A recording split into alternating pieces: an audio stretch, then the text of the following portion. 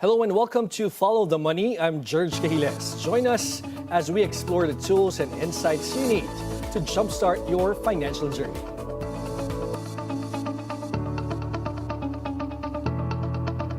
As a nation navigates global economic shifts, trade tensions, and domestic challenges, we explore how the Filipino-Chinese businesses are adapting and what strategies are being employed to ensure sustained growth. Today on Follow the Money, we delve into the evolving economic landscape of the Philippines under the new leadership of Victor Lim.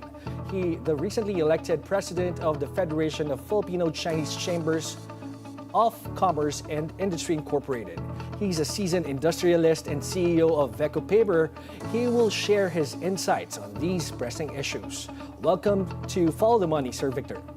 Yeah, good afternoon, George. Thank you for inviting me to this Bilyonaryo channel. I'm very honored to be here tonight. Well, first and foremost, sir, congratulations on your election as the FFCCCII President. So do you feel your founding leadership in Veco Paper would be instrumental in fulfilling your role in the organization? Actually, I'm already a CEO of Veco Paper for 45 years already. My experience from Veco Paper can be used in the Federation of Filipino-Chinese Chamber of Commerce. And my position in the Federation of Filipino-Chinese Chamber already 30 years already.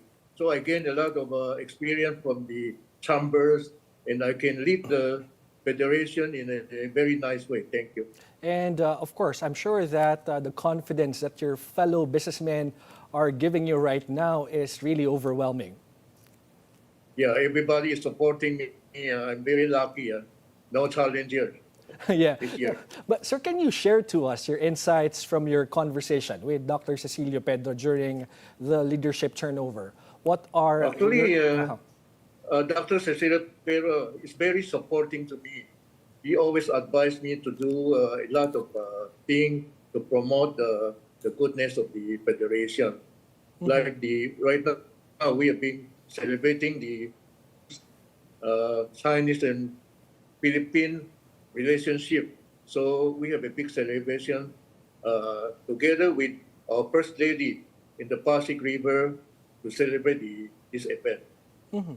Okay, but sir, can you tell us what are the biggest challenges that your organization is facing right now? And what is your overarching vision for FFCCCII during your tenure, and how do you plan to achieve it? Our biggest challenge now is I think the peace and order. We have to solve the peace and order problem, and the U.S. Tariff will also affect our country, and all over the world will be affected also. But in the long run, I think Philippines will be benefited. Our tariff to USA still lower than other countries like Vietnam. So a lot of investment will coming in the Philippines to export to USA. Can you talk first about the peace and order problem that you mentioned earlier? What particular peace and order problem is you are mentioning? Actually, the recent kidnap of the Mr. Anson K and his driver create a lot of sensation in our community. So without the peace and order, I think our country will not be in a good direction for our investment. Have you spoken to authorities about this? What are their assurances to the businesses or to businessmen like you that they will protect you from harm? Actually, immediately we called a meeting with General Mabil about this kidnapping problem. He already promised us to solve the problem in a week. They already caught the perpetrator and 3 kidnappers together. So there's a result already. And you're satisfied, sir? Actually, we are waiting for the judiciary to prosecute those perpetrators. Now let's talk about the second problem that you mentioned, the U.S.-China trade tensions. And how do you foresee that these ongoing tensions affect the Philippine economy, and what strategies should businesses adopt? Actually, with the U.S.-China tariff problem, I think a lot of cheap product will be coming to Philippines. The inflation will be lower, but in the long run, all the industry, local industry, will be affected by the low cost of import, and our labor problem might be a problem in the future. That's exactly what I want to point out, sir, because once those cheap products from China will surge here in the Philippines, the local manufacturers might be affected, like your company, sir. You're producing paper. Yeah. So how do you, we're being affected also. how do you intend to have a better work to resolve that problem, sir? Yeah, we are talking to our buyers that to support our local industry, because if our labor are being laid off or company closed down, there will be a problem in the future also. What do you think, sir, is the approach that the Philippines must take to make this situation an opportunity, as you mentioned, with the existing geopolitical concerns? Actually, our import tax for the raw material and the finished product are the same. I think if the problem is more critical, we have to adjust the import tax on the finished product. Okay. You are asking for a higher taxes for finished products. Finished product, yeah. Okay, coming from China, is that? Not only from China, maybe from other countries also. All right, so now given the ambitious export targets set for 2025, what concrete steps is the FFCCCII taking to bridge the gap between the current performance and the ambitious goal? FFCCI are talking with the PESA to invite the foreign company to join the PESA for the export to USA. Okay. And how are they responding to that, sir? Yeah, a lot of companies will be joining the PESA for the export to USA. Now, with a significant surge in PESA-approved investments early this year, how is your organization ensuring that these investments will translate into a long-term economic benefit? I think we have to think positive for everything. It will be smoothly for the export. Yes, optimism is really the key here, sir, for growth. Yes, now, yes. we will take a short pause. When we return, we will ask Mr. Lim on what challenges there might be in balancing economic growth with geopolitical tensions in the South China Sea. Keep it here on Follow the Money.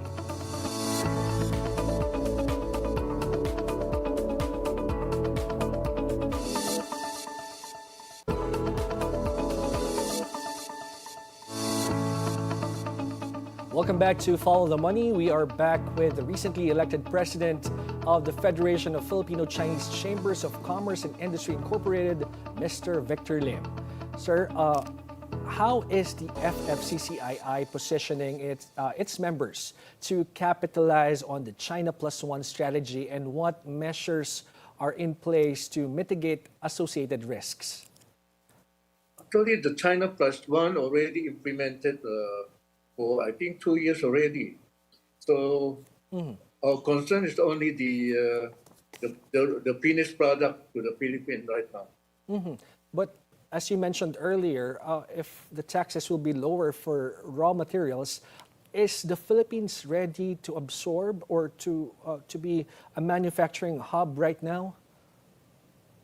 Actually, for our local industry, for our local consumption, I think our industry will not be competitive to the cheap export to import. So what must be done, sir? Or is this a long-term strategy that the government must do together with the business community? As I told you, the tax rate should be different from the finished product and the raw material. All right, it's really the taxes. But sir, what are the initiatives of your organization undertaking to revitalize the manufacturing sector amid recent declines? I beg pardon? Sir, about the decline in the manufacturing industry, what is your organization doing to be able to revitalize this sector, the manufacturing sector? Yeah, we to be modernize our company to be able to compete with the foreign companies, like improve the efficiency. Some have to do the robotic in the industry also. And of course, sir, to be able to do that, you need more capital. Is it easy right now? Invest more capital. Yeah. That's right. But is it easy for you to borrow money from the banks nowadays? Because there's a story that I've read the other day that banks are not hitting the targets in terms of borrowing money for MSMEs. Yeah, it depends on your relationship with the bank also. We have a good relationship with the bank. And having a good relationship with banks will translate to a better or more capital for your company, right?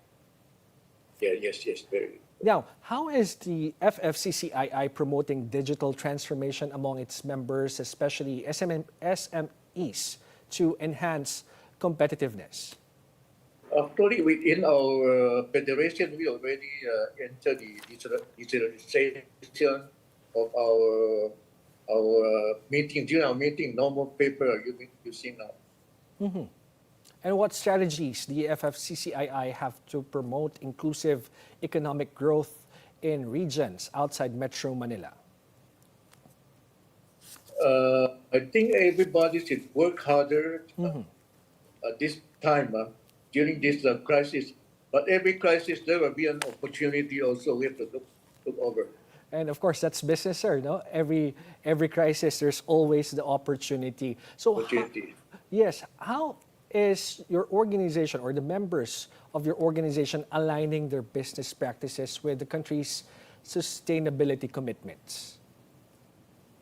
We are working very well together.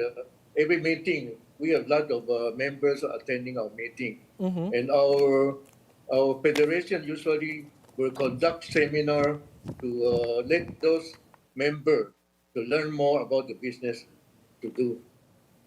And what's their commitment, sir, about sustainability? We have to work harder in able to sustain our livelihood. Thank you.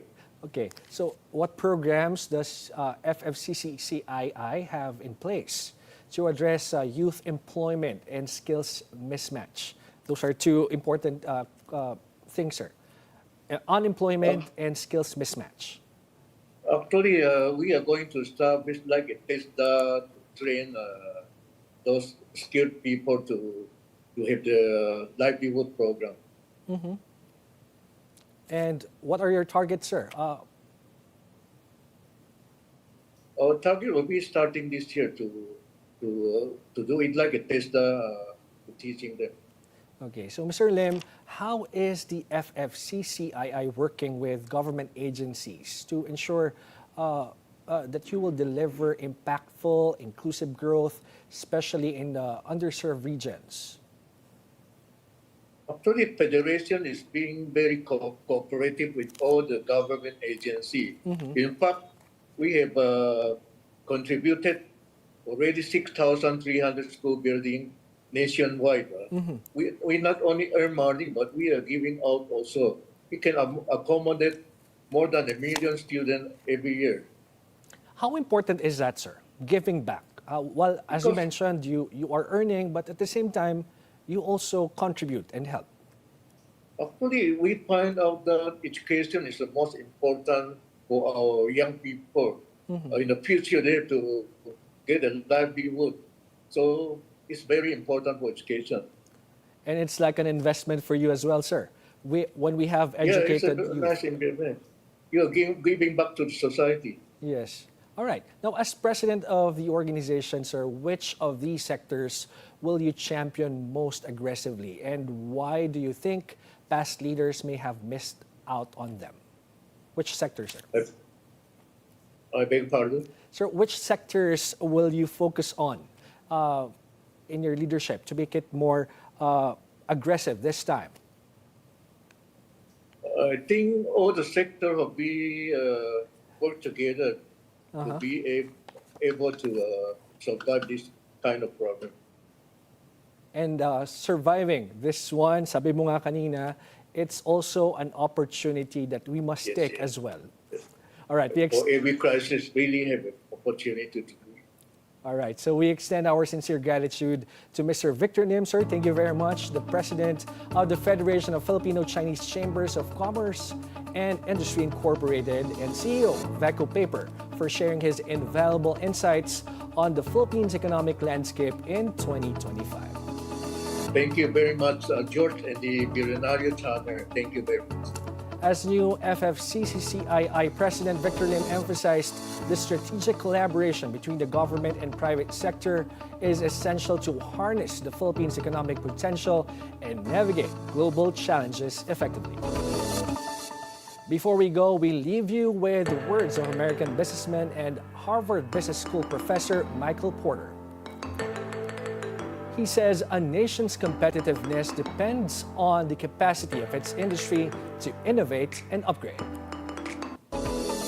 And that's it for today's edition of Follow the Money. I'm Gerg Cahiles. Thank you for watching. We'll see you again tomorrow. Keep it here on BNC, the Bilyonaryo News Channel, always on top.